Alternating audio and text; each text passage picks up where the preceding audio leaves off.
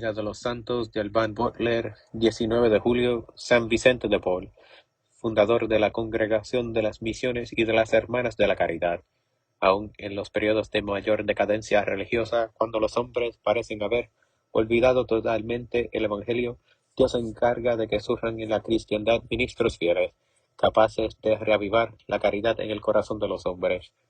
San Vicente de Paul fue uno de esos instrumentos de la providencia. Sus padres poseían una pequeña granja en Puey, aldea vecina a Dax, en la Gascuña. Ahí nació Vicente, el tercero de 4 hermanos. Ante la inteligencia y la inclinación al estudio de que Vicente daba muestras, su padre le confió a los franciscanos recolectos de Dax para que le educasen.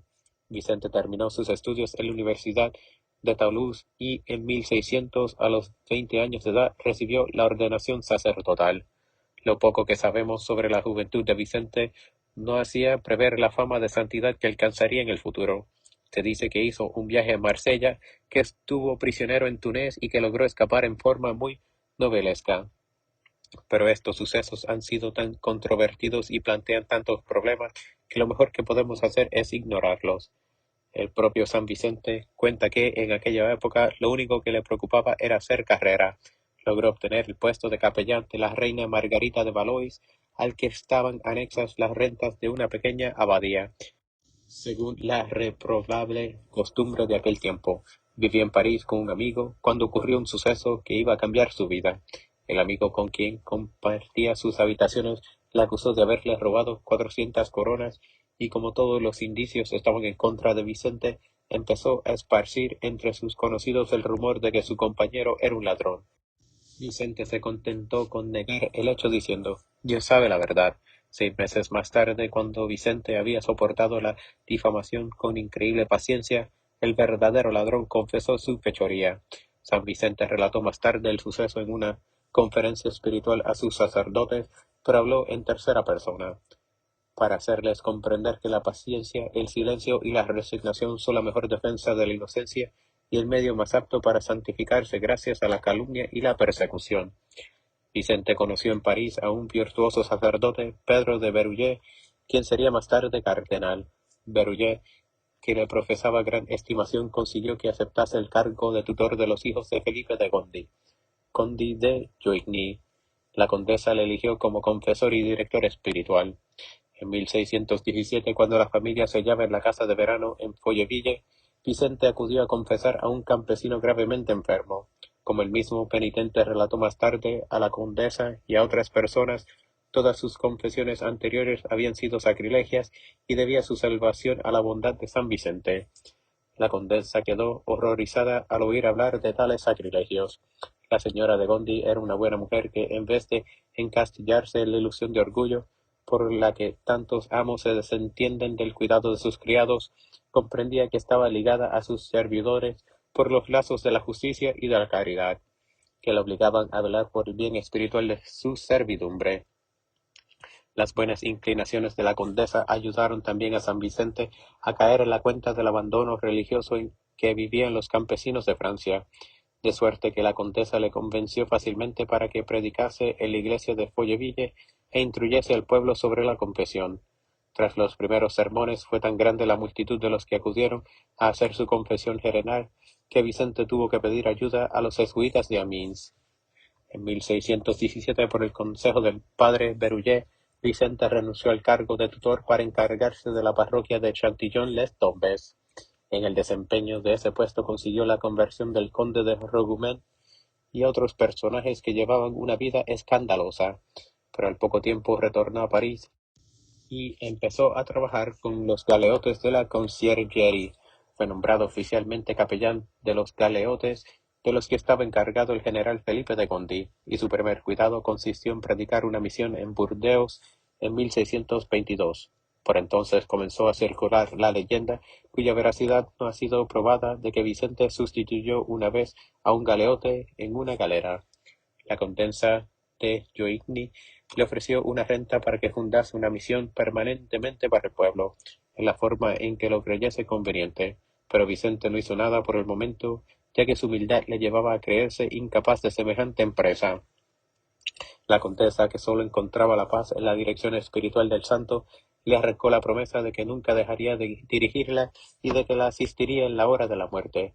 Deseosa, por otra parte, de hacer cuanto estaba en su mano por el bien espiritual de sus súbditos, consiguió que su esposo la ayudase a formar una asociación de misioneros que consagrasen su celo a atender a sus vasallos y en general a los campesinos.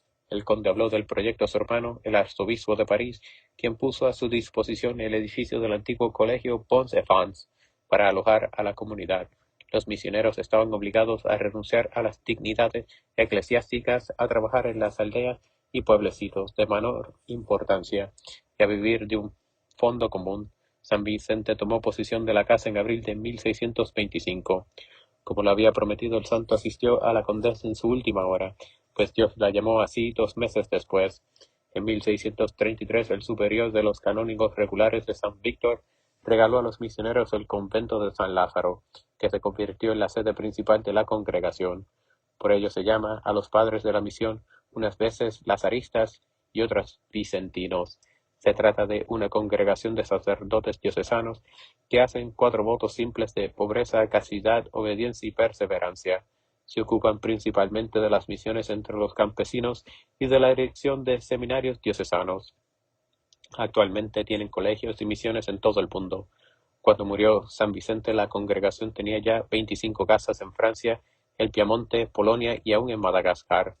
Pero el celo de Monseñor Vicent, como empezó a llamársele cariñosamente, no se satisfació con esa fundación, sino que trató de remediar las necesidades corporales y espirituales del pueblo por todos los medios posibles.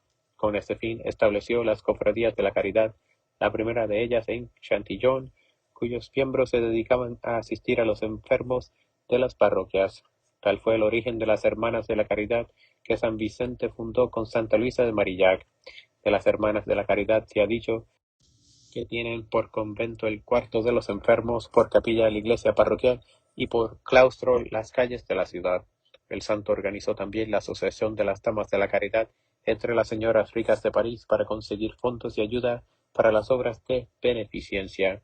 No contentó con ello, fundó varios hospitales y asilos para huérfanos y ancianos, y empezó a construir en Marsella el hospital para galeotes que no llegó a terminar.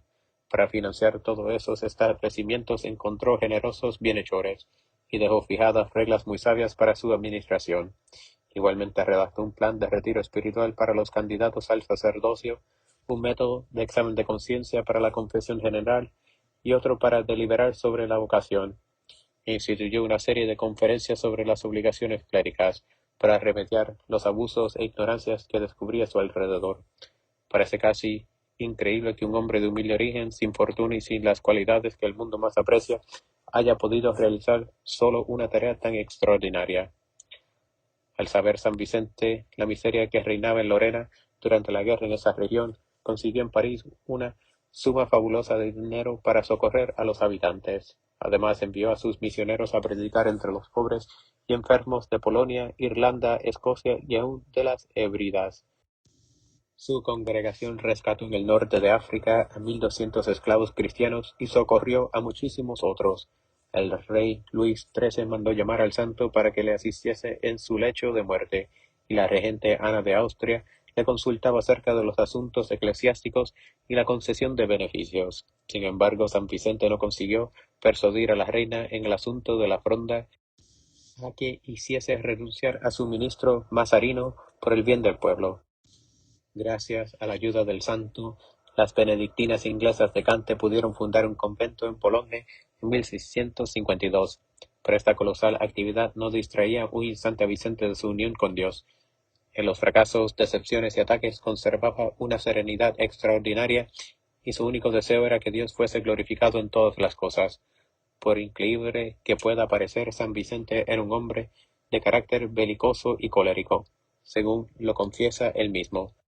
Podría creerse que se trata de una exageración debida a la humildad, pero otros testigos confirman esas palabras. Sin la gracia, dice el mismo Vicente, me habría dejado llevar de mi temperamento duro, áspero e intratable. Pero la gracia de Dios no le faltó y supo aprovecharla hasta convertirse en un hombre dulce, afectuoso y extraordinariamente fiel a los impulsos de la caridad y el amor de Dios. El santo quería que la humildad fuese la base de su congregación y no se cansaba de repetirlo.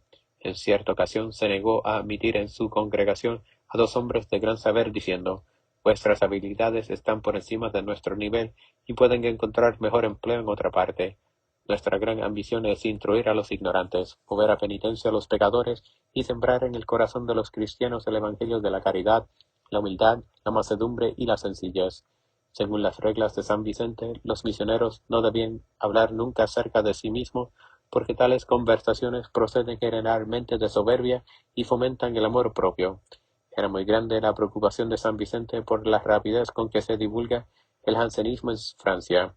Durante 3 meses, confesó el santo, el único objeto de mis plegarias han sido la doctrina de la gracia, y cada día Dios ha confirmado mi convicción de que nuestro Señor Jesucristo murió por todos nosotros y que desea salvar al mundo entero.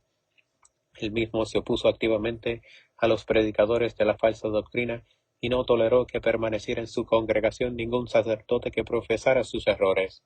Hacia el fin de su vida, la salud del santo estaba totalmente quebrantada. Murió apaciblemente sentado en su silla el 27 de diciembre de 1660 a los 80 años de edad. Clemente XI le canonizó en 1737 y León XIII proclamó a ese humilde campesino patrono de todas las asociaciones de caridad. Entre estas se destaca la Sociedad de San Vicente de Paul, que Federico Osamán fundó en París en 1883, siguiendo el espíritu del santo.